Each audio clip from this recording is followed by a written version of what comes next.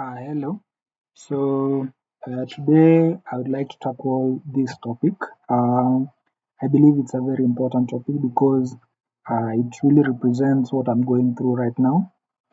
I have been to rehab for the last few years, 4 years or so. I've been to several rehabs, and I have been trying to heal, and things get better as they get worse. I relapse a few times and get booked back into rehab. And right now, I'm in a halfway house, which is like the best stage of it, which is supposed to be the last stage after rehab. And yeah, I'm getting slowly back into the rhythm and all that. So, yeah, I will start the story saying by for the first 23 years of my life, I had never taken any drug. I had not taken alcohol. I remember I tasted alcohol by mistake when I was about 7 years old and I didn't like it at all. But as for the drugs, cigarettes, and alcohol, and any other drug, I had not used any drug for 23 years. I was on antidepressants because I was suffering from major depression, which I've mentioned about in a previous video, but I had not taken drugs. I had learned that marijuana was good for depression, but I had not gone ahead and gotten it. So my my addiction story begins when I'm 23 years old, working in a nightclub where I was a nightclub photographer. So I used to work in there, take photos of people and the venue, and then the nightclubs would post the photos of the people and the other photos I took of the venue on their Facebook and Instagram profile. So that was my job at the moment. And I remember someone, I was celebrating their birthday in the nightclub, a black lady, and she offered me a drink, and I refused. I remember I refused to take the drink. And yeah, after that, I she really insisted at that time. So I took the drink later on. It was just one shot. It didn't make me feel anything, but I think it opened up the self control I was having. Once I let in one drug, it felt okay to let in another and another and another. So yeah, it just happened that marijuana was legalized at that time. So with my depression, I thought it was a good idea to take marijuana. I didn't know the effect of it and whether it could lead to further mental illnesses worse than depression. So yeah, when it came out, I thought it was a good opportunity for me to try it because my antidepressants were doing well, but I thought the marijuana would be better for me. So yeah, I went. A friend, actually, the first time I took it was a friend bought some chocolates. They were cookies. They wheat cookies. They were chocolate bars, and I tried them. I didn't even know they had weed on them, and I didn't feel anything. He later told me they had weed on them before it had kicked in, and I asked for three more. He gave me three small pieces. It was a bar of 24 pieces. Gave me three, and I asked for more because they had not kicked in an hour later. And yeah, he gave me three more, but warned me that I should not take three more. But if I want to, he will just give them to me. So he did, and I took them. I didn't feel the effect. And then I was going to work for my photography job that night. So I went, everything was normal until I arrived there. And instantly, everything became fun. The way people are dancing, the way they were playing, the way they were interacting, everything was just funny. And I was just laughing throughout the entire photography session. I remember one of the people who had come to the nightclub that day asking me whether everything was okay with me because I seemed to be laughing at everything. I didn't know this was the effect of marijuana. I had not studied anything about the effects of it. One of it is that it makes things funny. Anything is funny. Then I noticed the music it felt very good. I could feel every beat. I could feel the music through my bones, and my my entire body. It was like traveling from my head to my toe and making every of my nerves to vibrate. It was a feeling I had not experienced before, and I liked that feeling. And then I didn't realize the other effect was food. So when I got to eating food, I would eat and eat and eat and eat. My appetite would be over the roof. That's also another effect of marijuana that I didn't learn. But I was enjoying all these things, and it was okay. To be honest, if I were to be asked whether it worked for my depression, I would honestly say it did. And the reason why I decided to quit was not because it was not working on my depression, but because I had underlying conditions that I didn't know at the moment.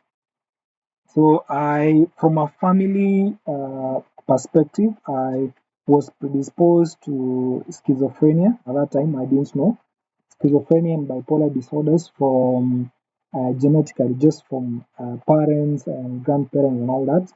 Apparently, there's someone in our family who went mad, as they say. So, yeah, it felt good at that moment and I liked it. I continued. I started with the chocolates, then they were selling gummy bears at that time, and I engaged in that too. I liked that one even more. They were selling lollipops with it, they were selling sodas, they were selling actual cookies with it, and I partook in all that as much as I could. There are times when I would take an excess and I would feel like I was dying. I remember calling an ambulance on myself because I really felt that I was dying. It gives you hallucinations of things happening. The one that I got when I used too much was feeling like I was going to die, and I felt it very seriously. I called an ambulance, and I remember the paramedics were very angry at me for calling them because of taking drugs because they have better emergencies to deal with than someone who just decided to smoke and is now experiencing the effects of it. So yeah, it happened that way. Even after those hallucinations that they went down, I wanted a hit. I would buy every day. I remember. I would buy the marijuana every day. It was expensive. The most expensive ones were the gummy bears, but they felt the best. They were hybrid. If you know what hybrid is, there are two strains of marijuana, indica and sativa. So hybrid was a mix of them, I think, in a 60-40 ratio, which was like the perfect ratio, I would say, for me at that point.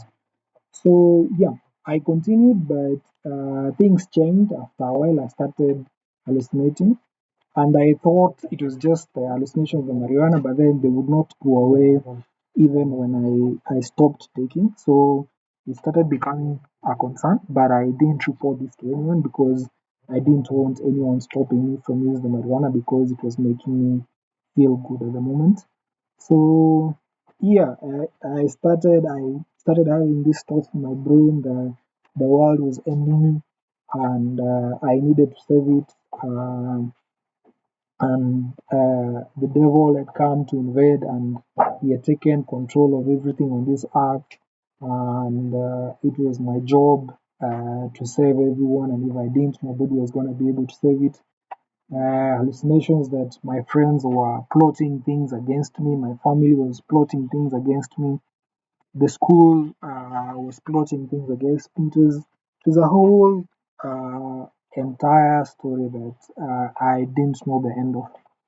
uh, my beliefs were really shaken, and I could swear at that time I was speaking to God one on one. I was speaking to Jesus one on one. I was speaking to people in my mind.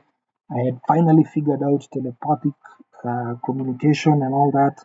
And yeah, it was a lot. It was a lot at that time. And I thought it was just normal hallucinations, but they were not going away. I think the first time I was admitted to a mental hospital was around 2020, and someone noticed that I was not doing okay.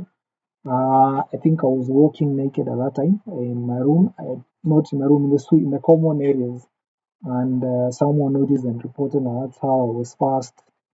taken to a mental hospital for assessment. The voices had started, and I could now tell it was not just marijuana because I had been in the hospital for more than 2 weeks, had not smoked anything, but I was still having these hallucinations, and they have continued. I would say they have only reduced in the last 2, 3 months. That's when I felt the greatest improvements. But they had been there day and night, some days more serious than others, and I could not disengage from the voices or anything. I felt a strong compulsion to have a conversation with these voices and answer them.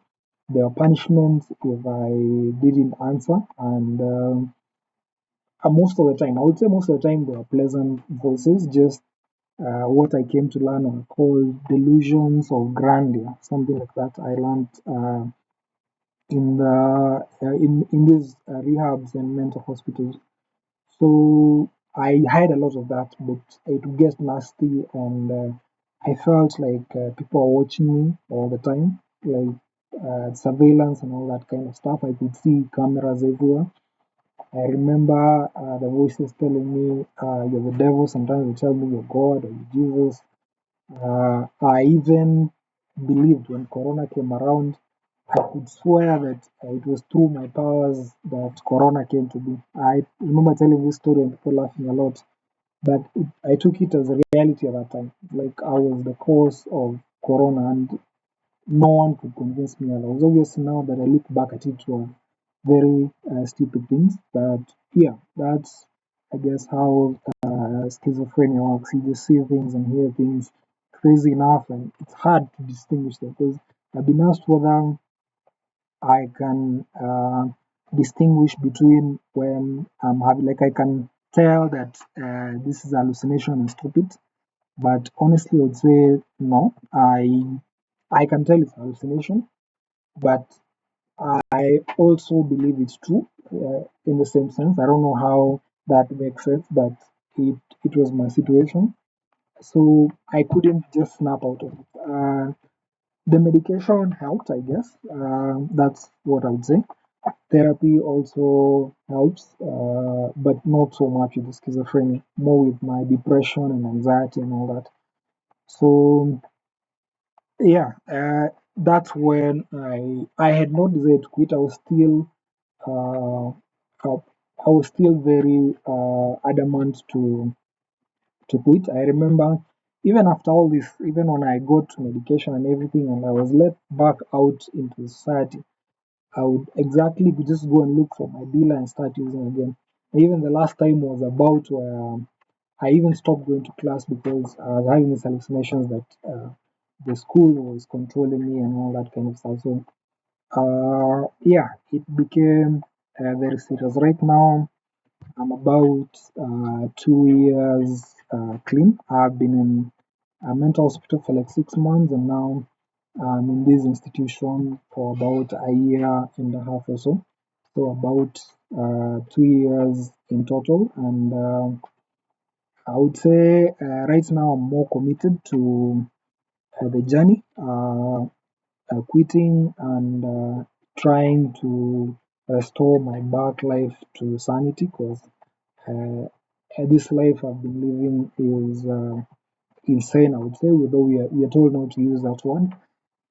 Insane, mad, crazy, and all that kind of stuff. Those are not terms we are supposed to use to refer to this condition, but in blunt words, that's exactly what has been going on, and hopefully it gets better. I have learned that it's lifetime conditions. I'm on medication every day.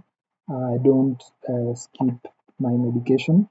So, but I can see the improvements, and I understand. I was very, really didn't want to be told that marijuana was causing all this. Like, I really opposed that idea. Every time someone asked me what caused it, I'm like, I don't know, but doctors tell me it's my marijuana, but I don't believe or trust what they're telling me. Because I was exposed to these celebrities who have smoked this thing for 10 or 20 years or so, and okay, so I believed it couldn't be the reason. But yeah, I have had a change of heart, and yeah, thanks.